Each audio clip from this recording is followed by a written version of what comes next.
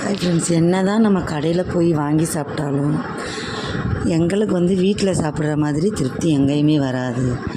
ஒரு தண்ணி சாப்பாடாக இருந்தாலும் சரி, நம்ம வீட்டில் வச்சு சாப்பிட்டோன்னா டேஸ்ட்டாக இருக்கும். அது கடையில் எப்படி சமைக்கிறாங்கன்னே தெரியாது.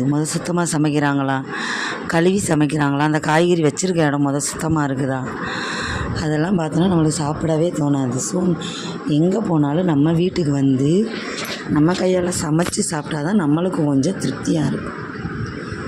அப்படி தாங்க இருக்கணும். இப்போ இருக்கிற காலகட்டத்தில் பார்த்திங்கன்னா நம்ம வீட்டில் செஞ்சு சாப்பிட்றது தான் நம்மளுக்கு உடம்புக்குமே நல்லது. வெளியில் சாப்பிட்டோம்னா ஒரு மாதிரி நெஞ்சை கரைச்சிக்கிட்டு ஒரு மாதிரி தான் இருக்கும். வீட்டில் அதே மாவுமே பார்த்திங்கன்னா எனக்கு வெளியில் வாங்குறது பிடிக்காது.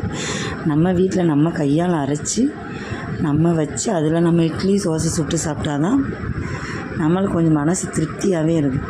அவங்க எப்படி ஆட்டினாங்களோ, அரிசி கழுவிட்டு ஆட்டினாங்களோ, கழுவ மாட்டினாங்களோ அப்படின்ற ஒரு எண்ணம் தான் எனக்கெல்லாம் மைண்டில் ஓடிட்டே இருக்கும்.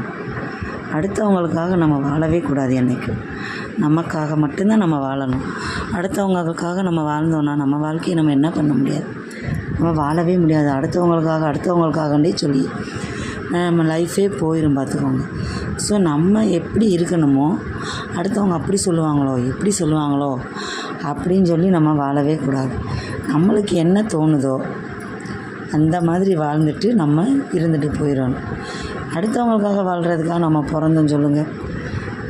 நம்மளுக்காக பிறந்தோம். நம்மளுக்காக மட்டும் வாழ்ந்தாலே நம்ம குடும்பத்துக்காக வாழ்ந்தாலே போதும். அடுத்தவன் என்ன சொல்லுவானோ, இதை செஞ்சால் என்ன சொல்லுவானோ, அதை செஞ்சால் என்ன சொல்லுவானோ, இப்படி இருந்தால் என்ன பண்ண சொல்லுவாங்களோ, அப்படி இருந்தால் என்ன சொல்லுவாங்களோ அப்படின்ற வாழ்க்கையே நம்மளுக்கு தேவையில்லை. யார் எவனும் என்னன்னு சொல்லிட்டு போகிறாங்க. நம்மளோட வாழ்க்கையை நம்ம வாழ்ந்துட்டு போயிடணும். அப்போ தாங்க நம்மளுக்கு ஹாப்பியாக இருக்கும். அடுத்தவங்களுக்காக நம்ம வாழக்கூடாது.